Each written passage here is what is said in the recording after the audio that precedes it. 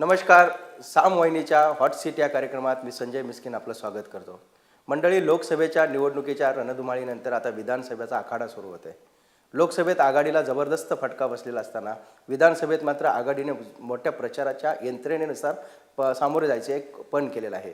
या सगळ्या पार्श्वभूमीवर राज्यात गेली 15 वर्षे सत्ता कारभार कसा चालला, राज्य सरकारने जनतेच्या हिताचे कुठले निर्णय घेतले आणि लोकांपुढे जात असताना राज्य सरकारची नेमकी संपत्ती आणि ॲसेट काय, कशा प्रकारच्या निर्णयाची समाधानाची त्यांची कामगिरी आहे, हे सांगण्यासाठी आज आपल्यासोबत आहेत राज्याचे गृहनिर्माण राज्यमंत्री सचिन अहिर. भाऊ नमस्कार. भाऊ, गृहनिर्माण हे जसं राज्याच्या सगळ्यात मोठ्या क्षेत्राला व्यापणारं असं एक खातं मानलं जातं. तुम्ही त्याचे राज्यमंत्री आहात आणि महाराष्ट्र हा 50%हून अधिक नागरीकरणाचं सगळ्यात मोठं राज्य असं मानलं जातं. या सगळ्या पार्श्वभूमीवर तुम्ही काय सांगाल, 15 वर्षात तुम्ही कशा पद्धतीने गृहनिर्माणला पुढे घेऊन गेलात? आपण बघितलं असेल, महाराष्ट्र हा नेहमी प्रत्येक गोष्टीला आग्रही राहिलेले आहेत, अग्रेसर राहिलेले आहेत. फार ऑपॉर्च्युनिटीज या राज्यामध्ये निर्माण होतात. इंडस्ट्रियलेशन बेससाठी असेल, शहरीकरण असेल किंवा सर्व्हिस बेसिसमध्ये असेल. अन्नामध्ये आपण फार मोठ्या प्रमाणावरती क्रांती शेतकऱ्यांच्या मदतीने करू शकलो. वस्त्रामध्ये देखील टेक्स्टाईलचं फार मोठे ग्लोबलायझेशनमध्ये झालं. मात्र निवारा हा एक महत्त्वाचा आणि जटिल प्रश्न नेहमीच आपल्या सर्वांच्या मनामध्ये राहिलेला आहे. आता निवारा कुठेतरी प्रश्न सुटावं म्हणूनच आपण राज्याचं गृहनिर्माण धोरण 2005 आपण जाहीर करण्याची भूमिका त्या काळामध्ये आघाडी शासन म्हणून आपण घेतली. त्याची मूळ अंमलबजावणी मात्र 2009 आणि 2010 काही कलमं, काही DCRs किंवा काय केलं. आणि त्यावेळी आपण एक संकल्पना केली होती की येणाऱ्या काळामध्ये परवडणारी घरं हे जी एक वाक्यप्रयोग करून घेऊन आपण लोकांमध्ये तो धोरण आपण जाहीर करण्याचं काम केलं होतं. यामध्ये उद्देश होता की राज्य शासनाच्या माध्यमातून आणि खाजगी विकासकाच्या माध्यमातून किमान 5 ते 6 लाख परवडणारी घरे आपल्याला तयार करता येईल का. आणि मला सांगण्यात आनंद होतो की 2010-8-9 नंतर 10 नंतर हा धोरणची अंमलबजावणी केल्यानंतर आत्तापर्यंत आपण 3.5 लाख घरांचा उद्देश हा राज्य शासनाच्या माध्यमातून आणि 1.5-2 लाखाचा घराचा उद्देश हे खाजगी विकासकाच्या माध्यमातून आपण करण्यामध्ये यशस्वी झालेलो. परवडणारे घरामध्ये आपण पॉलिसीज चेंज आणली. आपण आता हा EWS या सेक्शनसाठी, ज्याला आपण इकॉनॉमिकल विकर सेक्शन, आर्थिक दृष्टिकोनातून दुर्बळ असलेल्या गटाला 20% आता हे आरक्षण आपण आणण्यामध्ये आपण यशस्वी झालो. त्याची आता अंमलबजावणी आपण होतोय. 33-5चं धोरण होता म्हाडाच्या अंतर्गत. पहिला आपण फक्त प्रो रेटा आपण त्यांना FSI द्यायचो आणि प्रीमियमनी पैसे घ्यायचो. आपण सांगितलं का नाही, आता तुम्हाला 1/3 तुम्हाला आम्हाला घरं बनवून द्यावी लागतील. उपनगराला आपण शहरामध्ये 0.5 FSI आपण दिलं. महाराष्ट्र राज्यामध्ये आपण MMR रिजनमध्ये 1 FSI जास्त आपण दिलं. चटई क्षेत्र आपण दिलं. टाउन प्लॅनिंग आपण ज्याला म्हणतो किंबहुना टाउनशिप ज्याला म्हणतो, जे 100 हेक्टरच्या वरती असतील त्यालाही आपण 1 FSI जास्त दिलं.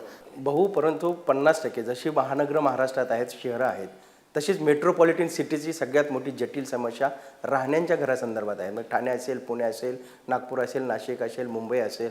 त्यातल्या मुंबई, ठाणे, पुणे इतर म्हणजे सर्वसामान्यांना परवडतील अशा प्रकारची अवस्था आता घरांची राहिलेली नाही आहे. तरी देखील म्हाडा, सिडको आणि राज्य सरकार ग्रामीण भागामध्ये घरकुल योजना राबवल्या जातात, पण शहरामध्ये अशा प्रकारची योजना राबली नाही असा जनतेचा एक समज आहे. काय सांगाल की खऱ्या अर्थाने घरांची समस्या ही वाढत्या नागरिकीकरणामुळे झालेली आहे की जमिनीची उपलब्धता? आपण लक्षात घ्यायला पाहिजे की एक तर नागरिकरण निश्चितपणे वाढतोय, लोकसंख्या देखील वाढते आणि सर्वांचा राहण्याचा जो आकर्षण आहे तो त्या भागामध्ये वाढतोय. कारण तिकडेच रोजगार आहेत, तिकडेच काम करण्याची संधी आहेत. आता मुंबई शहरामध्ये प्रत्येक देशातल्या माणसाला वाटतं का मला एक घर, माझं किमान एक घर तरी व्हावं. आणि अशी जर भूमिका असती किंवा मानसिकता असती तर निश्चितपणे लोकसंख्या ही वाढणार आहेत आणि शहरमध्ये येणार नाही. मूलभूत आपण लक्षात घ्यायला पाहिजे की आपला हा जो शहर किंवा राज्य आहे, तिन्ही बाजूला समुद्रपट्टा असल्यामुळे त्याचा फार मोठ्या प्रमाणात व्याप्ती आपली होऊ शकली नाही. 20 वर्ष अगोदर, 15 वर्ष अगोदर आपण सॅटेलाईट टाउनशिपची एक नवीन कन्सेप्ट घेतली आणि त्याचाच भाग म्हणून आपण बघितलं असेल की पुण्याच्या जवळ पिंपरी चिंचवड झाली, मुंबईच्या जवळ ठाणा झाली, ठाण्याच्या जवळ मीरा भाईंदर झाली. एवढंच नाही तर नवीन मुंबईसारखी एक पूर्ण अख्खी मुंबई नवीन झाली. पण तिकडे पण देखील मोठ्या प्रमाणावरती जमिनी अभावी तो नागरीकरण किंवा शहरीकरण वाढत आपल्याला पाहायला मिळालं. म्हणून आता नवी मुंबईच्या पुढे जाऊन पनवेल हा आपण केला आहे. राज्य शासन म्हणून आपण या सर्वांना MMR झोन केलेला आहे, म्हणजे ज्याला मेट्रोपोलिस आणि रिजन जे आपण केलेलं आहे. आणि तो रिजन आपण ह्या निमित्ताने करत असताना त्याची योग्य रीतीने आखणी केलेली आहे. पण एका बाजूला हे सगळं होत असतं, सरकारचे प्रयत्न आहेत, योजना आहेत, अनेक झोपडपट्टी पुनर्वसनाच्या योजना असतील, SRA असेल, त्या म्हाडाच्या, MMRDAच्या, सिडकोच्या. पण ह्या सगळ्या पार्श्वभूमीवर सर्वसामान्यांना परवडणारी घरं उपलब्धच होत नाहीत असा एक दावा आहे. दुसऱ्या बाजूला खाजगीकरणातून ज्या इमारती उभा राहिलेल्या आहेत त्यामध्ये देखील बिल्डरांनी वाढवलेल्या किमती हा सामान्य माणसाच्या रोषाचं एक कारण आहे आणि सरकार त्याच्यावरती नियंत्रण करू शकत नाही असा एक संताप लोकांमध्ये आहे. तर या सगळ्या पार्श्वभूमीवर सामान्यांमध्ये घरं घेताना म्हणजे खाजगी विकसकाला एक नियंत्रित करून त्याच्या किमती ठरवण्याबद्दल कुठली धोरणं राबवली? किमतीबद्दल आपण जरूर विचार करतोय. जसं मी सांगितलं की एक सचिवांच्या स्तरावरती आम्ही एक समिती गठीत केली की नेमकं परवडणारी घरांची व्याख्या काय व्हायला पाहिजे, म्हणजे नेमकं त्याचा वाक्यप्रयोग काय होणार आहे. केंद्र सरकारने दीपक पारेख यांच्या अध्यक्षतेखाली एक समिती केली होती, त्यांनी काही गाईडलाईन्स दिली होती. त्याचाच आधार घेऊन आपण सचिवांची एक संयुक्त बैठक लावली. त्याचा अहवाल देखील आमच्याकडे आलेला आणि तो आम्ही लगेच त्याला मंजुरी देऊन आम्ही परवडणारी घरांची व्याख्या काही लोकांमध्ये स्पष्ट करणार आहोत. आपण जे दुसरा प्रश्न विचारला ही गोष्ट खरी आहे, परंतु एक गोष्ट आपल्याला नक्कीच घ्यावी लागेल की खाजगी जमिनी जर कोण घेत असेल त्याच्यावरती बंधनकारक हे आम्ही जर गेलं तर त्याला कॉन्स्टिट्युशनली कुठेतरी अडचण येणार नाही.